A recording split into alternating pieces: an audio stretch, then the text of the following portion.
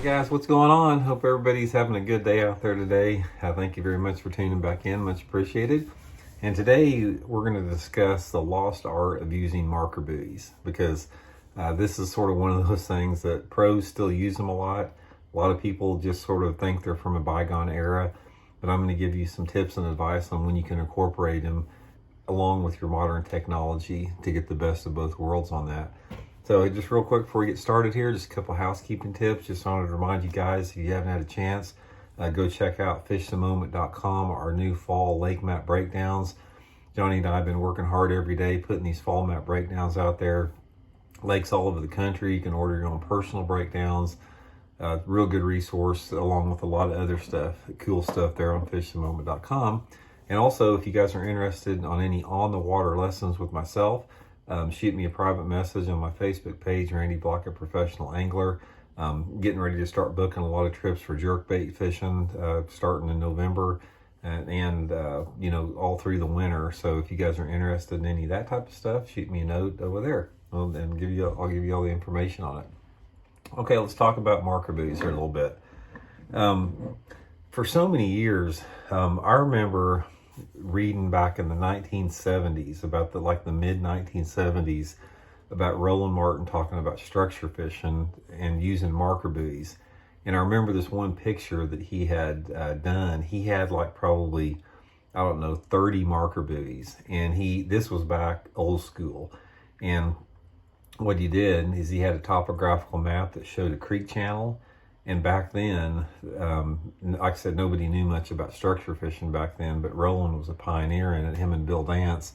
And they figured out that bass like to get on creek channel bends and set up on those creek channel bends. So what they would do is they would take their flasher unit and they mark the drop off after triangulating it with the lake map, and they would drop marker buoys all along the channel. So they actually had a defined visual of what the bend in the channel looked like.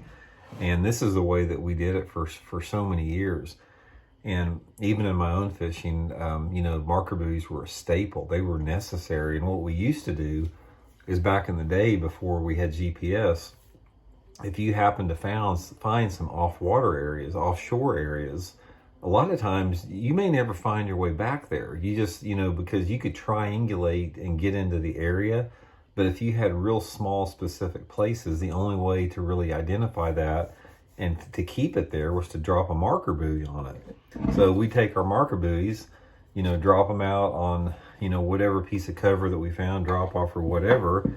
And the thing that I always did was I would go and I'd get a stick off the bank, like a green stick, and I tie that on there, throw that over there, hoping nobody would see that there's a string on it, and that would allow me to find it, the next day in the tournament without giving it away for a marker buoy.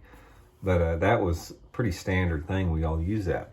So anyway, what happened is once GPS came out and you could really line up on that type of stuff, people got away from fishing marker buoys or using marker buoys, and especially with the advent of the technology that you could really drop a waypoint like when you're side imaging, and you could specifically get exactly on that spot, and you knew exactly where to cast, you knew the distance.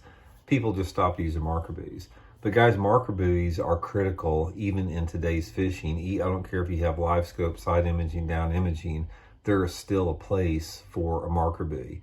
And the times that I use a marker buoy is like this. Say, for example, and I do fish deep. A lot of people think I don't, but I do fish deep. But one of my favorite scenarios for using a marker buoy is if I'm fishing like some submerged brush or drop-offs and that type of stuff, where I have to make a specific cast, like to one brush pile. So what happens if you graph or if you idle over a brush pile, and you hit a GPS waypoint on that, idle past it and turn around to start casting back, even though that GPS point is there, you can't hit that target exactly. I mean, you may be fumbling around and, the coordinate may be off just a little bit, and there's just a lot of variables there that will keep you from hitting that pile, especially if it's small. So and the same with, you have a drop off, like a short drop, something where, say for example, you found some stumps on the end of a drop off and you have to target those stumps. GPS will only take you so far with that. One of the things that I still do, and a lot of really good top offshore anglers, even like Johnny Schultz, top offshore angler in the country, in my opinion, he still uses marker buoys. What I like to do is, once I find a piece of offshore structure, I will, as soon as I see that on my electronics, especially on my side imaging or down imaging, I will take that marker buoy and I'll throw it off to the side, like maybe 20 feet off to the side, where it doesn't land on the pile or on the drop I'm fishing. And what that does is, I can take my time, I can get out there, I can get the boat in position, determining, factors such as current and wind. I don't lose that exact spot that I need to be on. And once I get in position, I can use that marker buoy as a reference point to hit that target exactly. I mean, if I toss it 20 foot off to the side of the boat, I know, lining up on that buoy, that I need to cast 20 foot off to the right or the left or the front or the back of that particular buoy. And that allows me to hit that spot exactly.